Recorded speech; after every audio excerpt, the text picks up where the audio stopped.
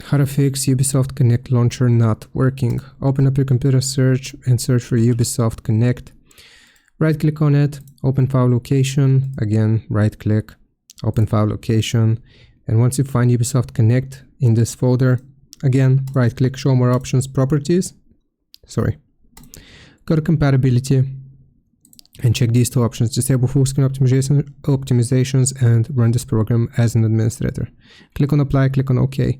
Afterwards, what we need to do is copy this path, and once you have it copied, open up your computer search for virus and threat protection settings, manage settings, scroll down, exclusions, add or remove exclusion, yes, add an exclusion, file, paste the path here, press enter, find the same thing which we just launched as admin or set admin rights to, and you want to click on open, and that should fix the issue.